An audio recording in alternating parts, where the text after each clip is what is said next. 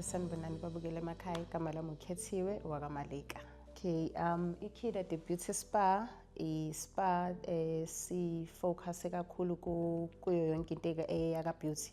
So akukho singakwenza okuka beauty. We do ama-massage, waxing, facial, pedicure and manicures. Okwamanje siseKloof, but we also do ama-mobile services. So we come to you, it's either se-hotela, ise-office, comfort of your home. Then siyafika khona sizokwenza i-massage. Okay, i-massage ibaluleke kakhulu, iyasiza kwi-stress, iyasiza futhi nomzimba ohlezi ukhathele. Kuma-muscle nje iyakwazi ukuthi ilule ama-muscles akho ukuthi ugcine u-right emzimbeni. So kakhulukazi if nakulabantu aba-sports, abama-sports, abantu abajimayo, we recommend it kakhulu i-massage. I-business ngaqala ngonyaka odlule. Kodwa kwi-Virginia yakhona mhlawumbe ngino-5 years ngifisa ukuthi liphumelele until last year. Then into engimotivateile kulona, ngakhula vele ngithanda izinto zaka beauty nje ngikhula.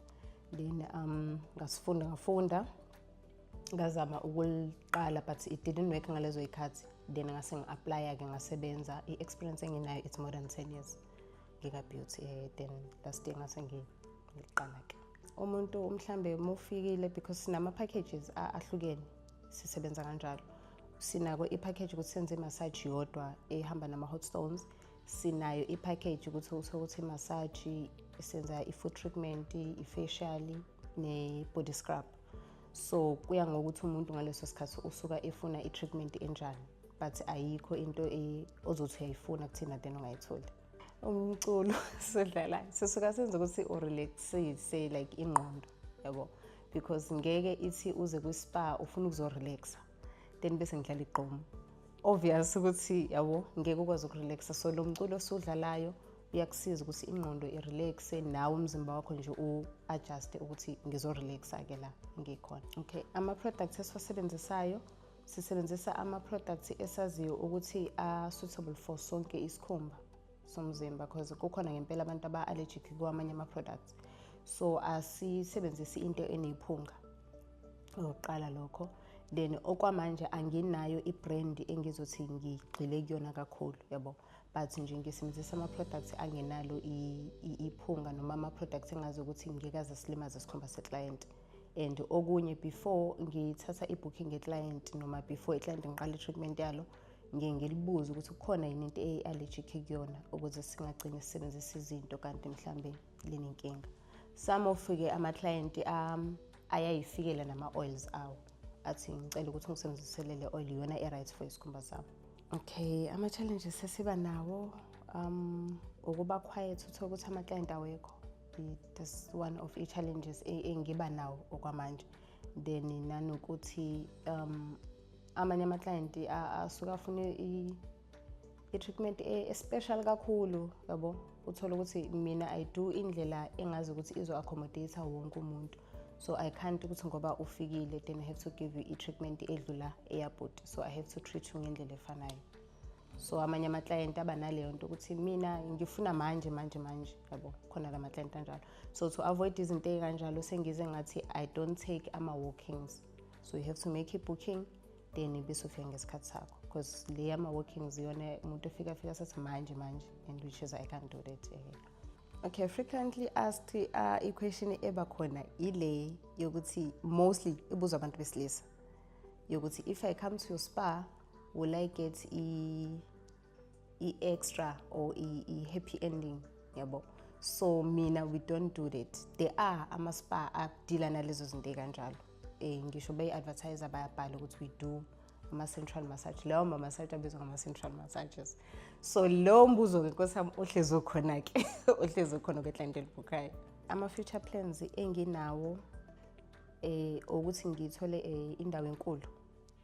Okay, my biggest wish kahle ukuthi ngithole indawo sort of i-B&B kanje, ngibe nendawo engizosebenzela kuyona, but ukuthola nje indawo enkulu. I-business belingekho lula, but ke ngokwenzeka kwezinto ke nanokuthi ngokuyimisela ngagcina sengixhumana nabantu baka The Next Billionaire Awards.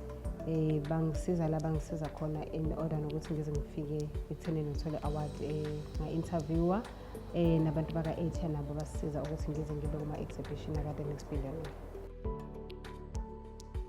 Kodwa-ke ngokuyimisela nokuthi ngiyazazi ukuthi ngifuna ukuphumelela ngize ngifinyelephi, ngisebenze kanzima ngaze ngafika ekuthenini ngiyawina-ke i-award la The Next Billionaire Award.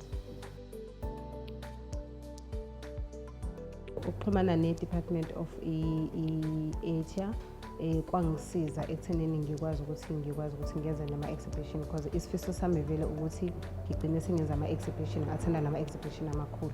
So nakho-ke kungisizela kakhulu ukuthi ngixhumane nabo. Isifiso sami ukuthi ngithole indawo enkulu, sithole nje indawo enkulu. Isifiso sethu ukuthi sibe mhlawumbe nendawo eyi-B&B, like before ngake ngachaza lokho, sibe nespa endaweni eyi-B&B. So if nje singathola lolo xhaso lokuthi sithole umuntu ongasixhasa either nge-funding noma ngemali ukuthi sikwazi ukuthi sithole indawo enkulu kwi-B&B, sikwazi ukuthi sikhulise ibhizinisi ngendlela esifuna ngayo. More especially sikwazi nokuthi sithole i-equipment esiyidingayo because kukhona i-equipment esisashoda ngayo.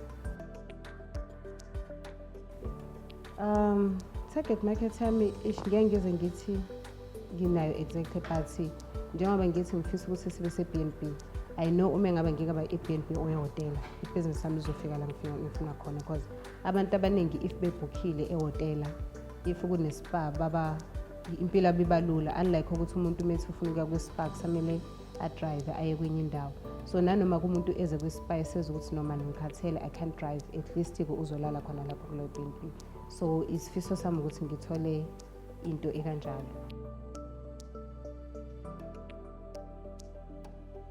Abamnyama basupportana nje angifuni kamamanga, sebayajwayela nje kakhulu, sebayajwayela. Kusafana nasekuqaleni sasisaba ukuthi hayi into yabelungu manje no bayajwayela. But into engayisho ungangeni kuleli business ungenayo uthando lwayo, ungangeni futhi kulona ngoba uthi wenzela imali because ama-season awafani. Ama-season ka-beauty kuyenzeka ukuthi kube right, kuyenzeka futhi ukuthi kube kuthule.